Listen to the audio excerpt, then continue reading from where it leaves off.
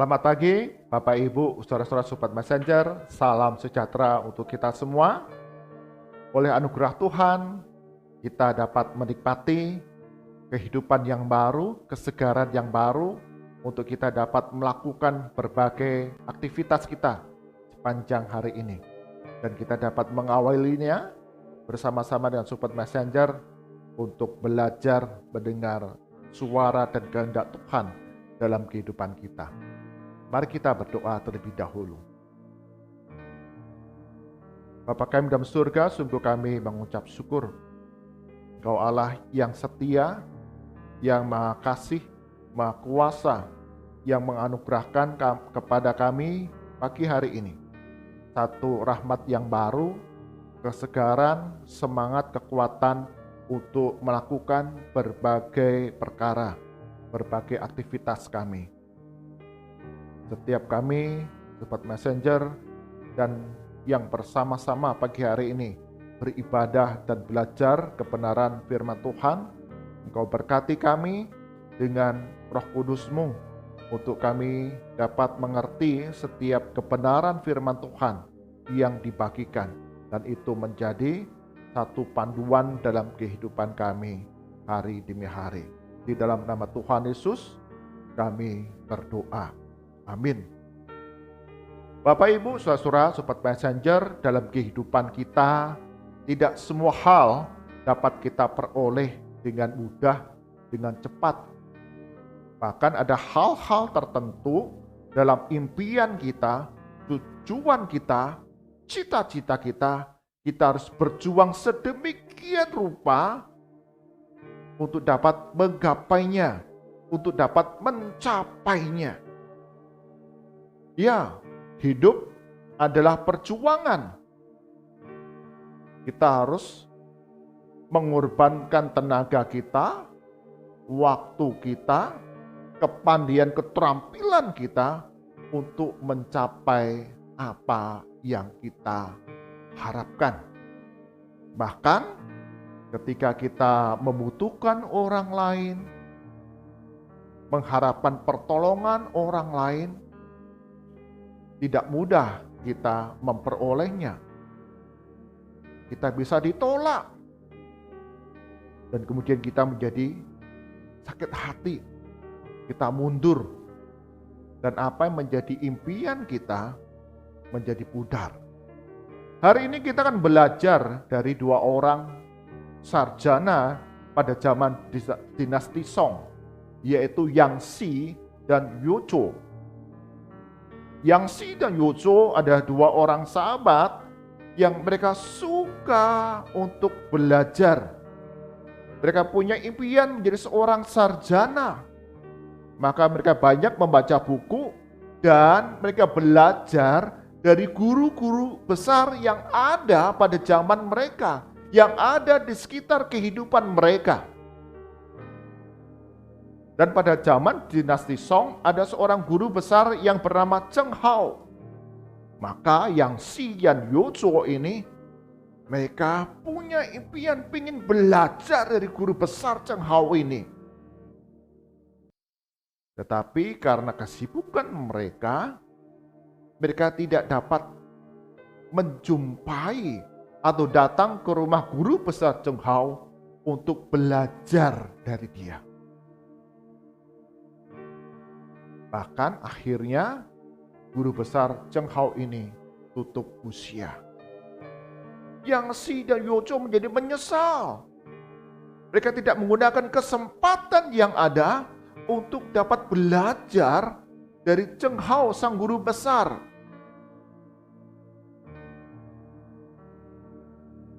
Mereka kemudian menggunakan kesempatan yang ada selanjutnya untuk belajar dari guru-guru besar yang ada di sekitar mereka. Mereka belajar dari orang-orang lain yang pandai yang ada di sekitar mereka. Dan mereka memperlengkapi diri juga dengan membaca buku, sehingga menambah pengetahuan mereka, keterampilan mereka, ilmu mereka, sampai usia 40 tahun. Cheng Hao, sang guru besar, memiliki seorang adik yang bernama Cheng Yi.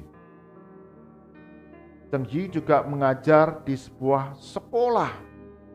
Dia adalah seorang guru besar yang terpandang. Cheng Yi dikenal memiliki kebiasaan yang aneh. Ketika dia ada di rumah, Cheng Yi tidak mau menjumpai orang lain. Setiap orang yang datang ke rumahnya akan ditolak. Karena Cheng Yi lebih memfokuskan diri untuk membaca buku dan menyelidiki pengetahuan-pengetahuan ilmu-ilmu yang dia peroleh dari setiap bacaan yang dia baca. Maka tidak ada orang yang berani datang ke rumah Cheng Yi untuk dapat belajar daripadanya. Mereka hanya mengikuti di kelas-kelas sekolah yang diselenggarakan dengan waktu yang terbatas. Tetapi Yang Xi dan Yuozhou ketika dia mendengar ada seorang guru besar Cheng Yi yang pandai, yang punya hikmat yang tinggi, ilmu yang banyak, mereka tertarik untuk belajar dari Cheng Yi. Mereka mendengar kebiasaan aneh dari Cheng Yi ini. Tetapi mereka tidak menjadi putus asa. Mereka memikirkan apa yang harus dilakukan untuk dapat berjumpa dengan Cheng Yi dan memintanya untuk dapat belajar daripadanya. Maka satu hari diputuskan Yang Xi dan Yuozhou ini datang ke rumah Cheng Yi. Mereka ketuk-ketuk pintu berkali-kali dan memanggil guru besar Cheng Yi. Tapi pintu itu tidak pernah dibukakan. Berkali-kali, beberapa lama mereka melakukan dan menunggu, tapi pintu itu tidak terbuka. Maka Yang Xi kemudian berkata kepada sahabatnya, pintu sudah lama kita ketuk dan tidak ada yang membukanya. Baiklah kita pulang, besok kita kembali lagi untuk menemui guru besar Cheng Yi. Tetapi Yuozhou kemudian menjawab, kita datang ke sini untuk mau belajar dari guru besar Cheng Yi. Kita sudah ada di depan pintu rumahnya. Kalau kita kembali hari ini dan besok kembali datang ke rumah Cheng Yi, guru besar Cheng Yi, ya kalau kita dapat menjumpai kembali, akan jadi sia-sia. Karena mungkin esok hari pun kita tidak akan dapat menjumpainya. Lebih baik kita menunggu karena kita sudah ada di depan pintu rumah guru besar Cheng Yi. Kita coba ketuk lagi beberapa kali. Kita tunggu. Kalaupun guru Cheng Yi sedang keluar pergi, kita dapat menjumpainya ketika dia kembali ke rumah. Bapak, Ibu, Saudara, Sobat Messenger, ternyata guru besar Cheng Yi itu ada di rumah. Dia sedang membaca buku, dia sedang belajar dan tidak mau diganggu oleh orang lain. Cheng Yi mendengar di depan ada orang yang mengetuk pintu, tapi dia tidak membukakannya. Mengganggu saja nanti kalau ada orang yang datang kepadaku. Maka Cheng Yi melanjutkan membaca. 2 jam kemudian, Cheng Yi karena dia lelah membaca dan ingin menyegarkan tubuhnya, maka kemudian dia keluar dari ruang belajar dan berjalan-jalan di ruang tengah rumahnya. Dan dia melihat dari jendela ternyata Yang Xi dan Yuozhou itu masih ada di depan pintu. Mereka masih menunggu pintu rumah dibuka atau guru besar Zheng Yi ini pulang dari perjalanan. Yang Si dan Wojo ketika mereka menunggu sudah 2 jam lebih, mereka kemudian saling berkata, ini berarti guru besar Zheng Yi tidak pergi. Dia ada di rumah. Baiklah, kita menunggu guru Zheng Yi mau membukakan pintu bagi kita. Mereka tetap kemudian menunggu. Meski mereka merasa bahwa guru Zheng Yi ini ada di rumah dan belum membukakan pintu bagi mereka. Mereka berharap sang guru besar ini akan membukakan pintu bagi mereka. Zheng Yi yang melihat, kemudian dia melihat keluar ke langit dan dilihatnya salju mulai turun. Tentu 2 orang itu akan segera pulang karena salju mulai turun dan suhu akan mulai dingin. Maka Zheng Yi mengabaikan Yang Si dan Wojo. Dia kembali untuk belajar, membaca buku, dan mempelajari, mendalami ilmu pengetahuan selanjutnya. Hari makin malam, salju yang turun pun makin deras.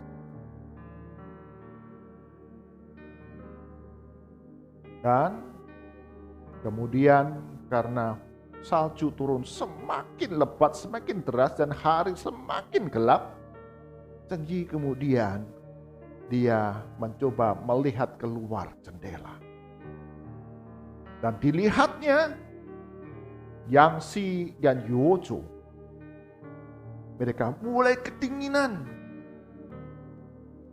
Sebatas pinggang ke bawah sudah tertutup salju yang dingin. Mereka tetap menunggu di depan pintu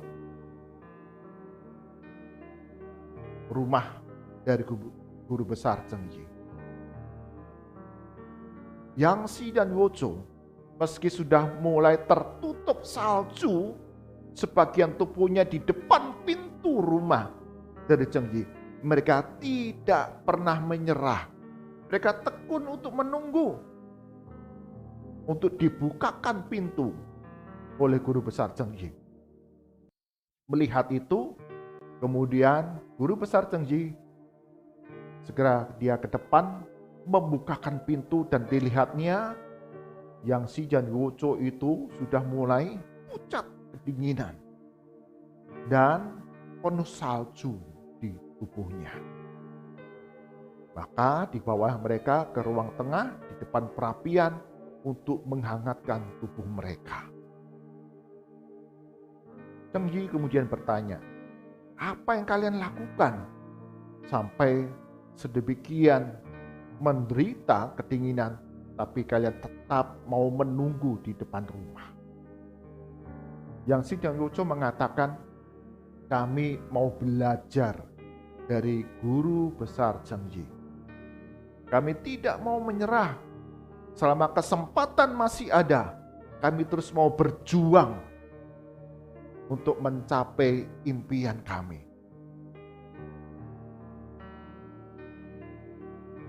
Kami siap untuk menerima konsekuensi ketika menunggu guru besar Zheng Yi. Melihat tekad mereka yang begitu besar, maka kemudian Zheng Yi menerima Yang Si dan Wojo untuk dapat belajar di rumahnya. Sejak saat itu, hampir setiap hari Yang Si dan Wojo mereka datang ke rumah Zheng Yi untuk belajar. Hingga saatnya mereka kemudian menjadi 2 orang sarjana yang hebat di dalam dinasti Song. Bapak, Ibu, Saudara, Sobat Messenger, di dalam kehidupan kita tidaklah mudah segala hal kita peroleh, kita dapatkan. Hidup itu perlu perjuangan yang keras, yang cerdas, yang tangguh, yang tekun, yang tidak mudah patah semangat untuk mencapai impian dan cita-cita. Dan juga jangan mudah sakit hati karena ditolak. Karena satu saat Tuhan mungkin gerakan hati orang-orang untuk kemudian dapat membantu kita meningkatkan, mengembangkan potensi yang ada dalam diri kita. Di dalam Ibrani 10 ayat ke-36 mengatakan demikian. Sebab kamu memerlukan ketekunan, supaya sesudah kamu melakukan kehendak Allah, kamu memperoleh apa yang dijanjikan itu. Firman Tuhan mengajarkan kepada kita untuk melakukannya dengan ketekunan. Artinya terus menerus kita bertahan mengerjakan bagian kita yang sesuai dengan kehendak Allah, maka segala hal yang Tuhan janjikan itu akan kita peroleh, akan kita dapatkan. Jangan pernah menjadi putus asa, tapi berjuanglah, bertekunlah. Artinya tidak mudah kita patah, tapi terus melangkah sampai kehendak Tuhan itu nyata dalam hidup kita. Amin. Mari kita berdoa.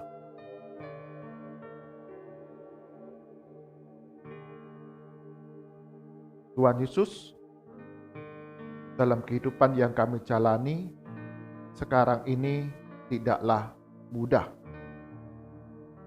Kami perlu perjuangan yang berat untuk terus dapat melangkah maju. Bekerja dengan keras, bekerja dengan cerdas, dan terus melakukan apa yang menjadi kehendak Tuhan. Ketika kami bertekun melakukannya, tidak menjadi putus asa di tengah berbagai kesulitan yang kami alami, maka janji Tuhan itu nyata dalam hidup kami. Sungguh firman Tuhan menjadi pegangan hidup kami, tuntunan hidup kami untuk tidak pernah menyerah di dalam menggapai impian, cita-cita, harapan, dan tujuan hidup kami. Berkati setiap kami, Bapak, Ibu, Saudara, Sobat Messenger, Tuhan mengerti, peduli apa yang di impian, cita-cita, pengharapan, dan tujuan hidup kami. Dan apa yang sedang kami perjuangkan saat ini. Tuhan tolong kami untuk terus kami diberikan kekuatan, bertekun dalam segala usaha yang kami lakukan, menggapai apa yang kami harapkan. Tolong kami untuk kami tidak menjadi menyerah, terlebih di tengah masa pandemi yang penuh dengan tantangan, kesulitan, hambatan ini. Kami tidak menyerah.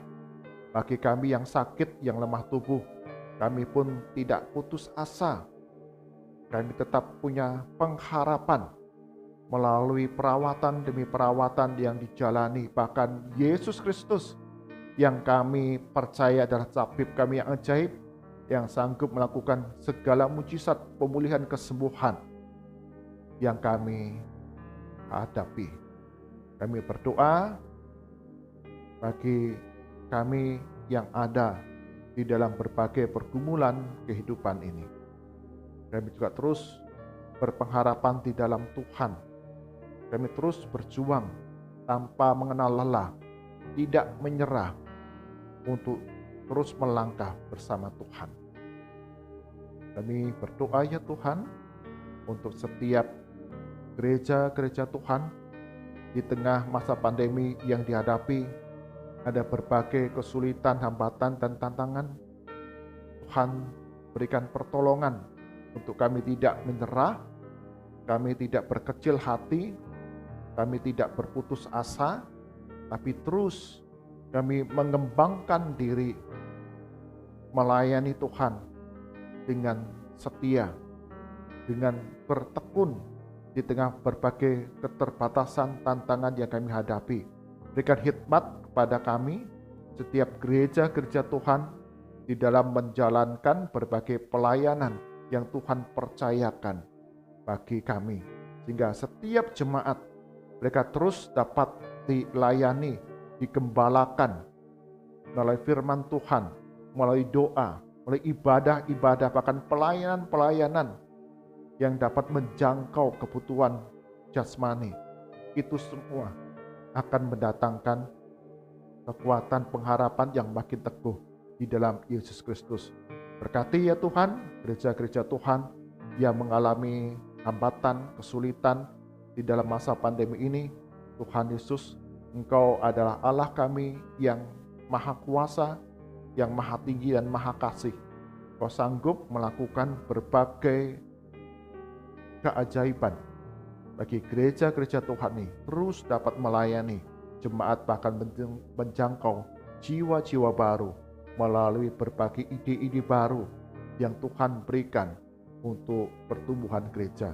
Kami berdoa bagi bangsa dan negara kami ya Tuhan, Engkau berkati untuk aparat keamanan, berbagai sarana prasarana yang terus dikembangkan untuk sistem pertahanan negara.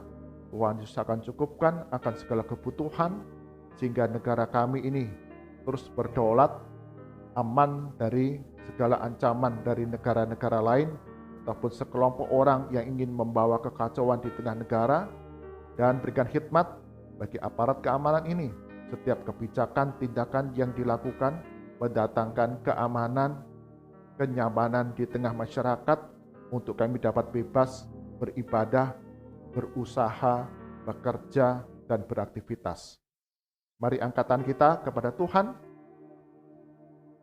arahkan hati kita kepada Tuhan, dan kita terima berkat daripadanya. Kasih karunia dan damai sejahtera dari Tuhan kita Yesus Kristus, pemeliharaan yang sempurna dari Allah Bapa, serta persekutuan penghiburan dari Roh Kudus, senantiasa menyertai langkah kehidupan kita hari demi hari, untuk terus kuat melangkah bersama Tuhan dari sekarang sampai selama-lamanya. Amin. Bapak Ibu, saudara-saudara Sobat Messenger, hidup adalah perjuangan. Karena itu, jangan mudah kita menjadi menyerah, tapi teruslah melangkah bersama dengan Tuhan, karena Dia Gembala kita yang agung, yang selalu menjadi langkah kehidupan kita sampai selama-lamanya. Amin. Tuhan Yesus berkati kita semua.